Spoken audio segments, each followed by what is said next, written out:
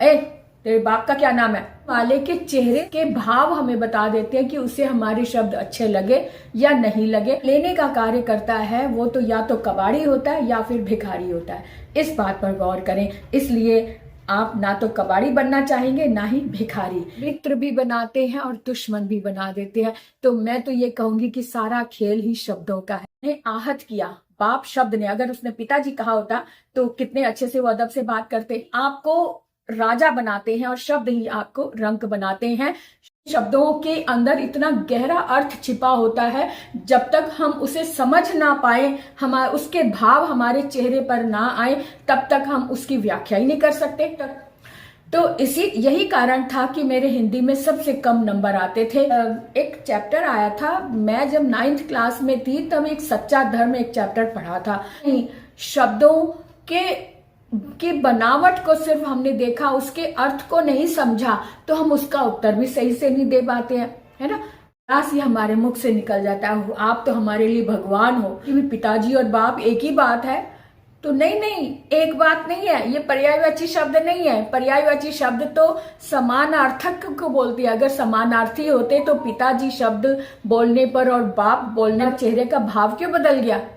शब्दों को अगर आपने समझ लिया तो समझो आपने दुनिया को जीता। अचानक से आप किसी की जिंदगी बचा लें और वो फौरन उसी समय आपसे कहेगा आप तो मेरे लिए भगवान बनकर मेरी जिंदगी में आए हो, क्योंकि आप ना होते तो आज मैं नहीं होता। इसका अर्थ क्या हुआ कि हमारी जिंदगी को बचाने वाला भगवान कहलाता है।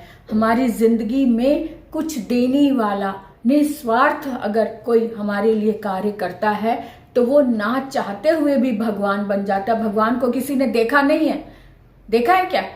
भगवान को किसी ने नहीं देखा, लेकिन भगवान शब्द हम उसी के लिए हम शब्द भगवान का प्रयोग करते हैं जिसने हमारे लिए कुछ किया, और अनायास ही हमारे मुख से निकल जाता है आप तो हमारे लिए भगवान हो, आप तो हमारे लिए भगवान बनकर आए हो। यहाँ तक कि डॉक्टर भी जो हॉस्पिटल में है, जिनका कार्य ही है जिंदगी बचाना, जिनका कार्य ही है इलाज करना, और अगर हम अपने घर से किसी मरीज को लेकर जाते हैं, उसके बचने की उम्मीद नहीं होती, डॉक्टर जो है भगवान बनकर उसे बचा लेता है, तो हम के सामने हाथ जोड़ते हैं। जबकि हम उनको फीस भी दे चुके हैं, इतना पैसा भी दे रहे होते हैं, फिर भी हम हाथ जोड़कर बोलते हैं आप तो हमारे लिए भगवान बनकर आए, जो आपने हमारे प्रिय को बचा लिया।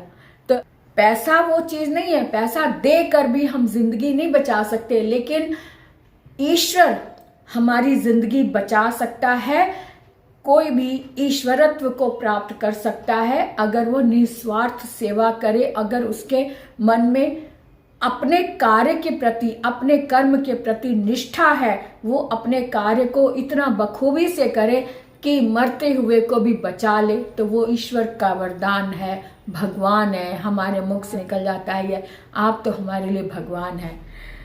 तो कहने का अर्थ क्या हुआ कि हम भी, आप भी भगवान बन सकते हैं। गणेश चतुर्थी होती है ना। गणेश चतुर्थी हम क्या करते हैं, देवा हो देवा बोलते हैं, जो देने वाला है वो देवा है, लेवा ओ लेवा नहीं, लेवा ओ लेवा नहीं कहते हम, देवा ओ देवा, गणपति देवा, अर्थात देने वाला भगवान होता है। दरवाजे पर अगर कोई भीख मांगने आता है तो हम उसे दे रहे होते हैं और वो ले रहा होता है, तो लेने वाले को हम क्या कहते हैं, क्या कहते हैं जी। इसी तरह से हम अपने घर का टूटा फूटा सामान, अखबारें, पेपर वगैरह जो भी हम इकट्ठा करते हैं, तो उसको लेने के लिए द्वार पर कोई आता है तो उसे हम क्या कहते हैं, कबाड़ी। तो जो निरंतर लेने का कार्य करे, जो लेने का कार्य करता है, वो तो या तो कबाड़ी होता है या फिर भिखारी होता है। इस बात पर गौर करें। इसलिए आप ना तो कबाड़ी बनना चाहेंगे ना ही भिखारी। तो इसलिए हमारा जीवन अगर मिला है तो किसी के लिए उपयोग करें, किसी के लिए भलाई करें। और ये शब्दों की बड़ी ही मीठी सी लड़ाई होती है। मीठी तो मैं नहीं कहूंगी, लेकिन हाँ, शब्दों की लड़ाई जो ना पूरे कांटे की लड़ाई होती है। अगर हमने अपने मुख से सुंदर शब्द फेंका आपकी ओर से तो आपके चेहरे पर भी मुस्कान आ जाएगी, और अगर हमने मुख से कड़वा शब्द फेंका आपकी तरफ तो आपके चेहरे पर फौरन ये माथे की सिलवट पड़ जाएगी। क्या है बे, क्या है? तो इस तरह के शब्द जो है हमें मित्र भी बनाते हैं और दुश्मन भी बना देते हैं।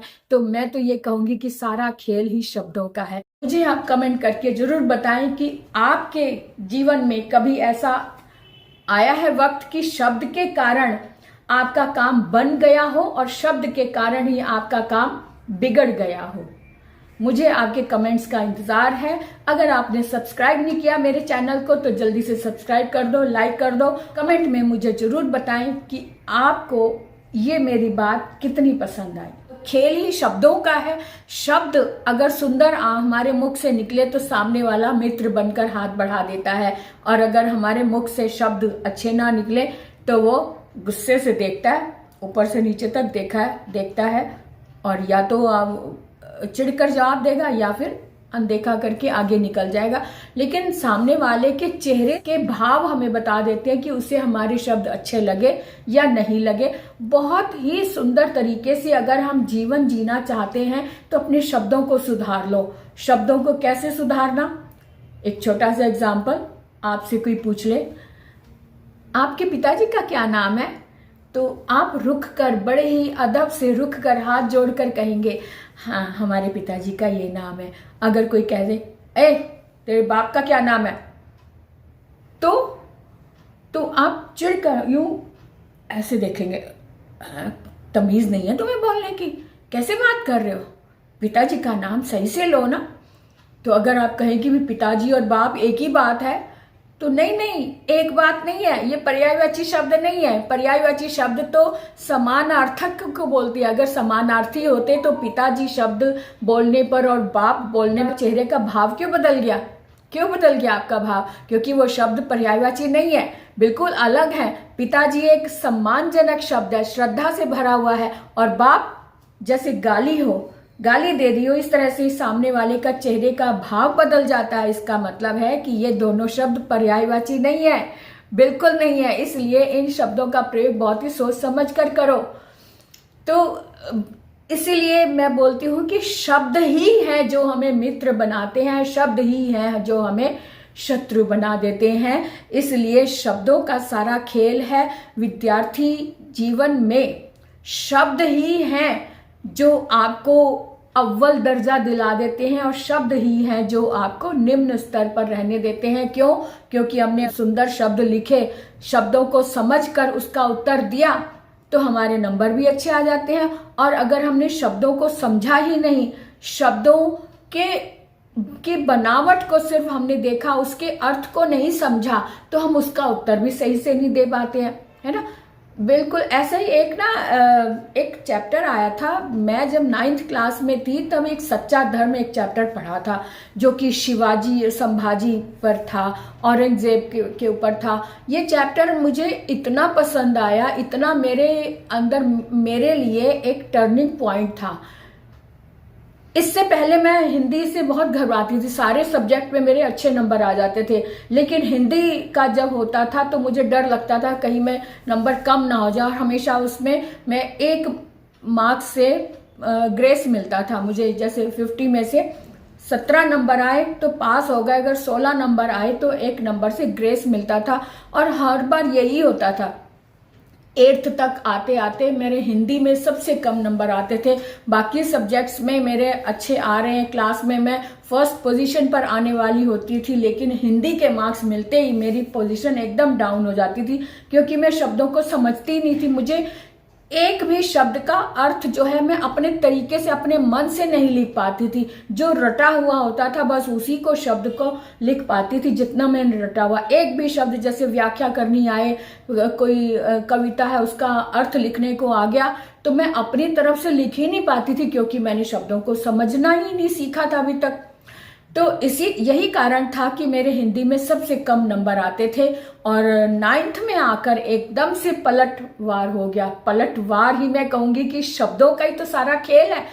शब्दों ने मुझे समझाया कि सच्चा धर्म जो शब्द का मीनिंग है वो क्या है। झूठ बोलना और सच बोलना ये कब सही होता है, ये चीज मुझे समझाई जब मैंने उसमें ये पढ़ा कि अगर मेरा धर्म कहता है कि तुम्हें बचाने के लिए मुझे झूठ बोलना पड़े तो मैं झूठ भी बोलूंगा, क्योंकि किसी की जान बचाने के लिए अगर झूठ बोला जाए तो वही सच्चा धर्म होता है। तो ये इतनी सी बात मेरे दिल को छू गई और उस दिन से उस चैप्टर का अर्थ जो था ना, वो जो उसका सारांश लिखना था वो मैंने अपने शब्दों में लिखा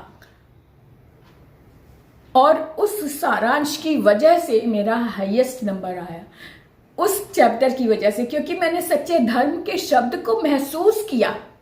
महसूस करो, तो महसूस करना अर्थात शब्दों को पहचानना, शब्दों के अर्थ में, शब्दों के अंदर इतना गहरा अर्थ छिपा होता है, जब तक हम उसे समझ ना पाए, उसके भाव हमारे चेहरे पर ना आए, तब तक हम उसकी व्याख्या ही नहीं कर सकते, है ना। तो व्याख्या करने के लिए शब्दों को समझना बहुत जरूरी होता है। और उस दिन के बाद से मेरे हिंदी में से हाईएस्ट नंबर आने लगे और हिंदी मेरा फेवरेट सब्जेक्ट बन गया, क्योंकि मैंने शब्दों को समझना शुरू कर दिया, शब्दों के महत्व को समझना शुरू कर दिया, के भाव को समझना शुरू कर दिया तब से। इसीलिए मैं बार बार आपको बताना चाहती हूँ कि शब्दों का सारा खेल है। शब्दों को अगर आपने समझ लिया और समझकर उसका उत्तर दिया तो आपके हाईएस्ट मार्क्स आने से कोई नहीं रोक सकता। अगर आपने शब्दों को ही नहीं समझा तो आप उत्तर कैसे देंगे? शब्दों को समझकर ही तो उत्तर देंगे ना, चाहे भाषा कोई भी हो। इंग्लिश की भाषा ले लो, कोई भी भाषा, फ्रेंच ले लो, लेकिन उसके शब्द को समझना जरूरी होता है ना। बिल्कुल ऐसे ही जैसे कि एक सच्ची घटना बताऊं, जब मेरी शादी तो मुझे एक घटना पता चली कि मेरे जेठ जी कहीं इंटरव्यू देने गए तो उससे जब वापस आए तो चिढ़ कर वापस आए, कहते हैं हाँ मुझे नहीं इंटरव्यू देना, वो कंपनी अच्छी नहीं, बिल्कुल बेकार है। तो घर में सबने पूछा कि भाई ऐसा क्या हो गया, तुम इतने अच्छे से गए थे, उन्होंने किसी ने बताया था कि उस कंपनी में जाओ तुम्हें अच्छी नौकरी मिलेगी। कहते उनको तो तमीज ही नहीं है बात करने की। नहीं, कैसे तमीज नहीं है? उन्होंने मेरे से पूछा तेरे बाप का नाम क्या है? उनको तमीज ही नहीं है, बाप शब्द बोल रहे, मेरे पिताजी को बाप शब्द बोल रहे, मैं उसको छोड़कर चला गया, मुझे नहीं करनी ऐसी नौकरी। तो शब्द पर ध्यान देना, शब्द ने उन्हें आहत किया, बाप शब्द ने। अगर उसने पिताजी कहा होता तो कितने अच्छे से वो अदब से बात करते, है ना। बिल्कुल यही बात है, शब्दों का सारा खेल है, इसलिए शब्दों को समझना सीख लो। शब्द ही आपको राजा बनाते हैं और शब्द ही आपको रंक बनाते हैं। शब्द का खेल है सारा। शब्दों के कारण हम मुसीबत में पड़ते हैं और शब्दों के कारण ही हम मुसीबत से बाहर भी निकल सकते हैं। इन शब्दों को अगर आपने समझ लिया तो समझो आपने दुनिया को जीत लिया, है ना। तो इसलिए आज से, अभी से शब्दों पर वर्क करना शुरू कर दो। मेरा ये मानना है, 100% ये जिंदगी का मानना है कि शब्दों के कारण ही हम किसी का दिल जीत सकते हैं और शब्दों के कारण ही किसी को हम हार सकते हैं। तो आज के लिए इतना ही। मुझे आप कमेंट करके जरूर बताएं कि आपके जीवन में कभी ऐसा आया है वक्त कि शब्द के कारण आपका काम बन गया हो और शब्द के कारण ही आपका काम बिगड़ गया हो। मुझे आपके कमेंट्स का इंतजार है। अगर आपने सब्सक्राइब नहीं किया मेरे चैनल को तो जल्दी से सब्सक्राइब कर दो, लाइक कर दो। कमेंट में मुझे जरूर बताएं कि आपको ये मेरी बात कितनी पसंद आई। आज के लिए इतना ही, विराम लेते हैं। जय श्री राम।